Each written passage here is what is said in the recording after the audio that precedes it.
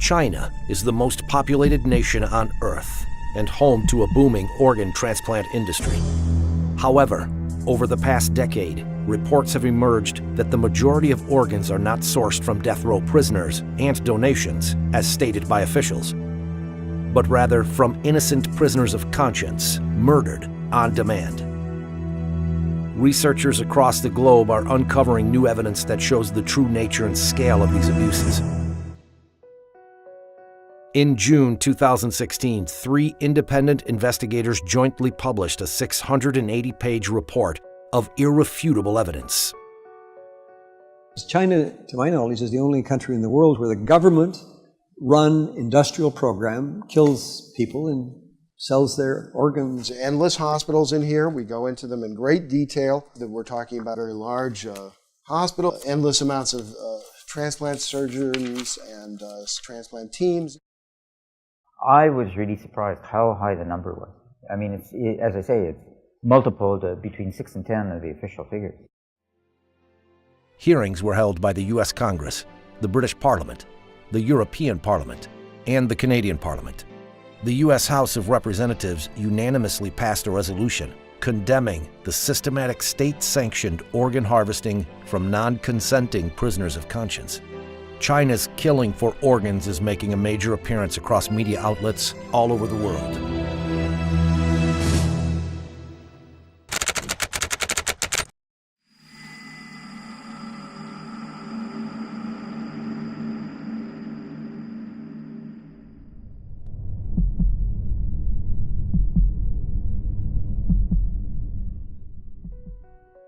In 2006, it first came to light that prisoners of conscience were being killed on demand for organ transplants in secret detention facilities throughout China. The first 2 researchers to investigate were David Kilgore, former Canadian Secretary of State for Asia Pacific, and David Matas, an international human rights lawyer. When we started in 2006, I didn't know where the trials would lead or what the conclusion would be. The initial surprise and disappointment was that this was true, that it was happening throughout China, and it was happening from 2001 to the date of our report. Kilgore and Matas released their first report in July 2006 and later published the book Bloody Harvest. Around the same time, Ethan Gutman, an independent investigative journalist based in London, he spent 7 years doing his own research before publishing The Slaughter in 2014. We made the point that it was really prisoners of conscience, we believe, are making up the bulk of these organs that are out there. And we came, as David Kilgore and David Matas and I, came to this from the same conclusion from very different, using very different procedures, but we did come to that conclusion. The investigators joined forces, researched hundreds of transplant hospitals in China, and released their new report in 2016. The 3 investigators were nominated for the Nobel Peace Prize for their work.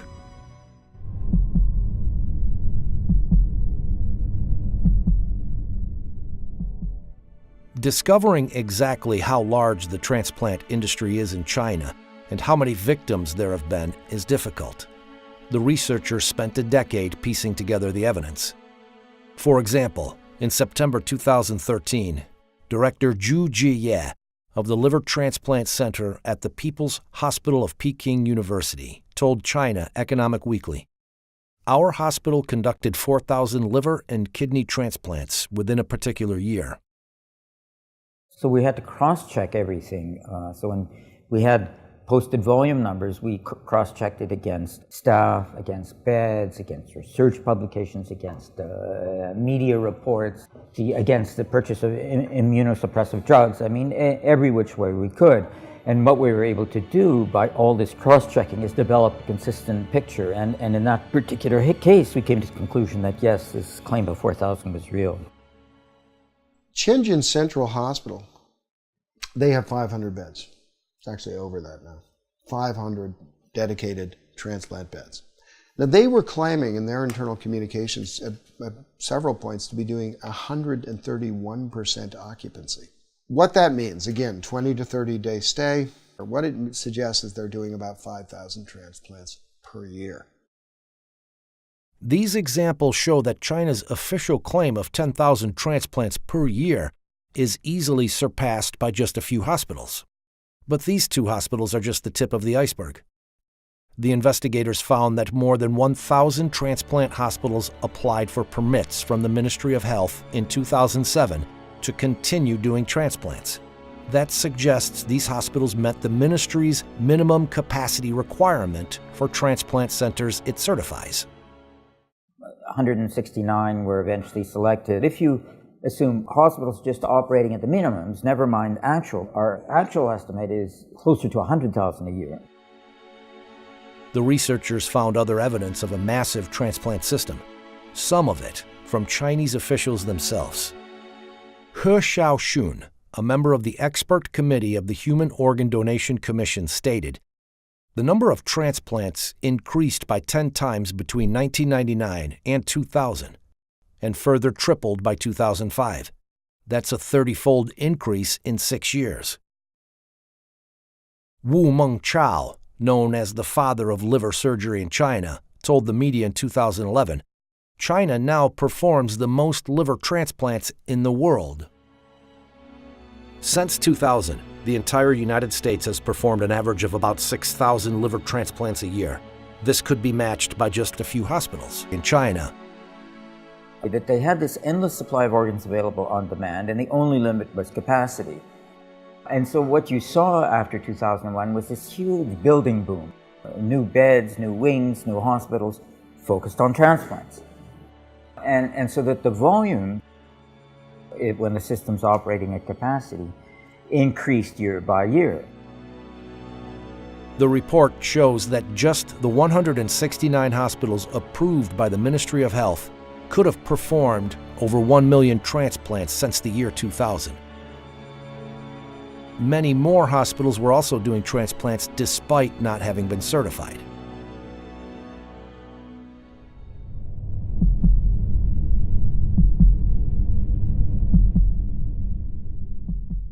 Organ transplantation has been continuously incorporated into the National 5-Year Plan and has become a high priority in China's national strategy. A large number of organ transplant research and training projects are funded under the major national programs and funds. The investigators found that China International Transplantation Network Assistance Center, CITNAC, listed transplant prices for foreigners on its archived website. It was bringing in about $9 or $10 billion a year, this industrial transplant operation going on across China now. It's a lot of money. A lot of hospitals are financing a lot of their activities through that.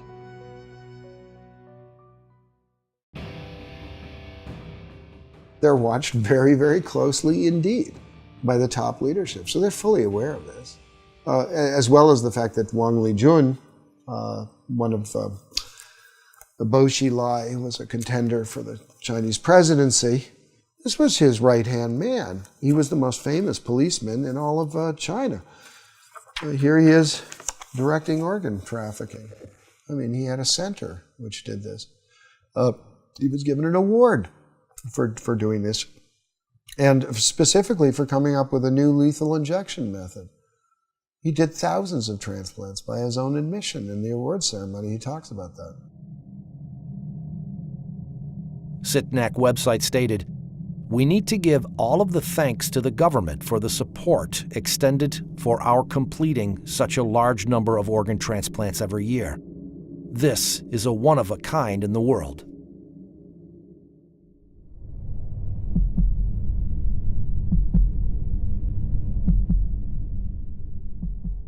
Researchers were particularly struck by one aspect of these transplants.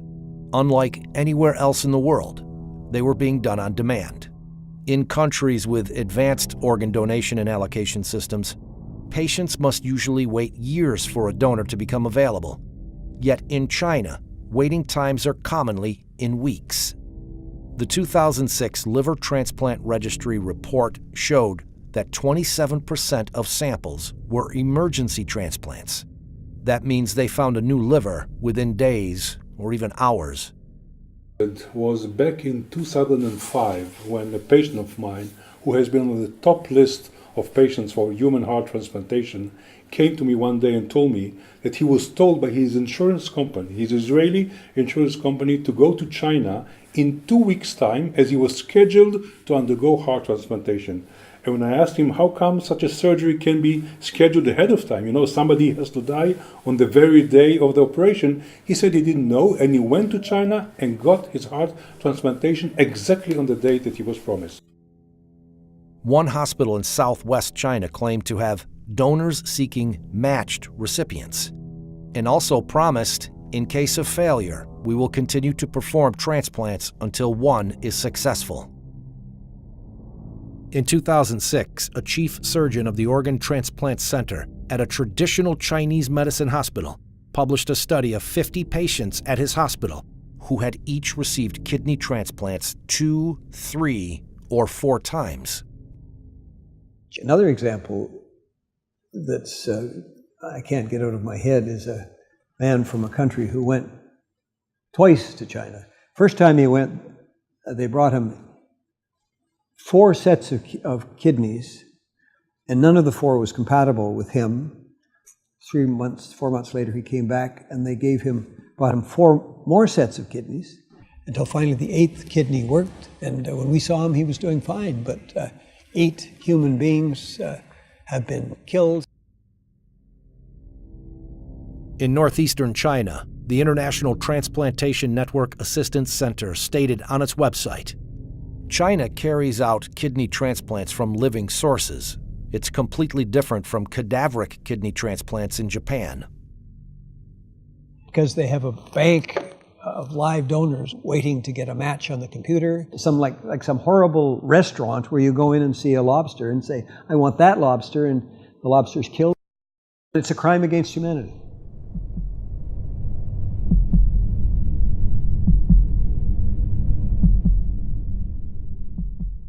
The Chinese government claimed that the vast majority of organs came from death row prisoners, and later, donations. However, international organizations estimate that the number of death row executions at thousands each year since 2000, and decreasing. Chinese tradition requires that bodies remain whole after death. There was no organ donation system in China before 2010. Even today, there are very few donations. Therefore, these 2 sources combined account for only a tiny fraction of all transplants performed in China. China started performing transplants with organs harvested from executed prisoners at a small scale in the 70s. In the years that follow, it also started using organs from prisoners of conscience. In 1999, the crackdown of Falun Gong starts. That is the largest action of scale by the Chinese Communist Party since the Cultural Revolution. And by 2000, 2001, that's when you have this explosion of transplant activity. We see continuity in the numbers over time.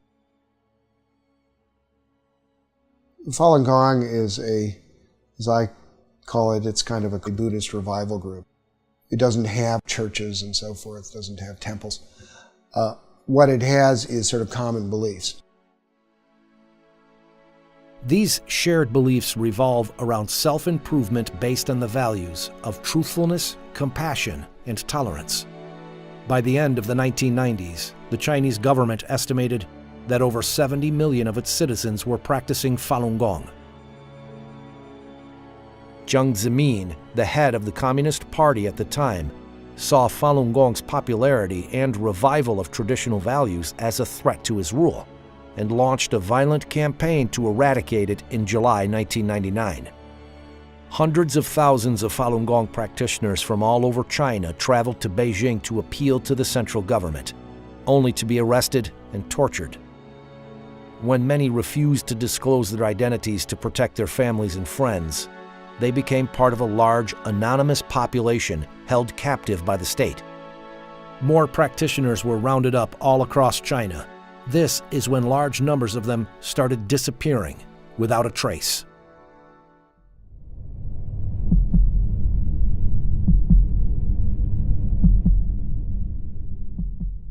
The official line in terms of repression of Falun Gong. The party is bankrupt them financially, ruin their reputations, destroy them physically. So that the vilification is destroying their reputations. The organ transplants is destroying them physically. There's the physical examinations, the blood testing, the organ examination, which have no other explanation than suitability for a transplant. It was like convert or die. Convert or die. Turn in your friends or die. And it's state-sponsored genocide. We did not expect, after the Holocaust, to see this kind of medical corruption come round again.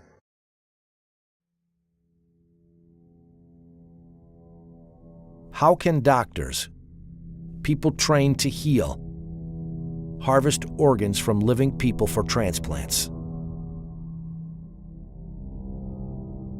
Educated and raised in China, Enver Tohti is an ethnic Uyghur surgeon, currently living in London. He was told to extract the organs from a living prisoner in 1995. They made you disabled to think yourself.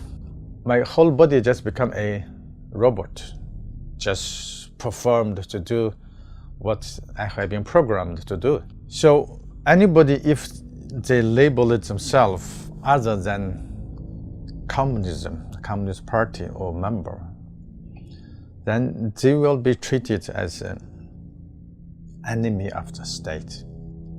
Therefore, they are not even qualified as human beings, and therefore they are subject to whatever punishment is available. They made you genuinely believe what you are doing is for a good cause. It is little later I realized I shortened this man's life. That is equal to a killer. I killed him. This thing is haunting me. I have to tell the world to release the things inside my heart to get a little relief.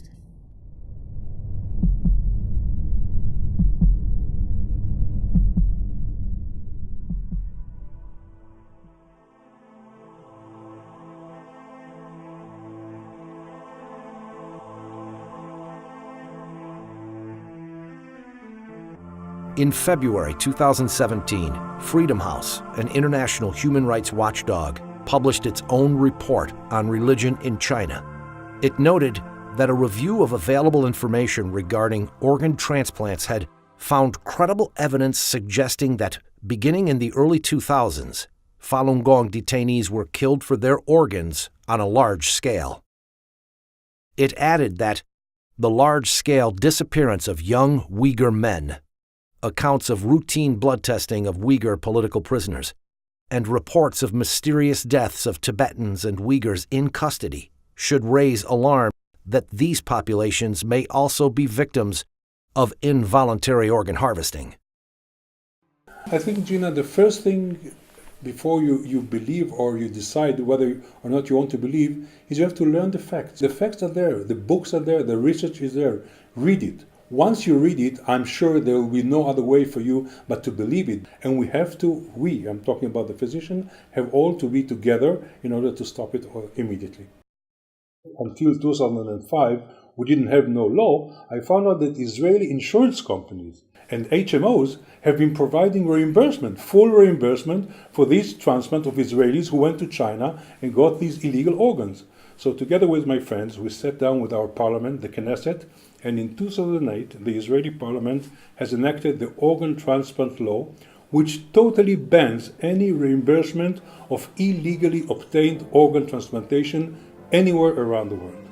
And since then, not a single Israeli patient went anymore to China.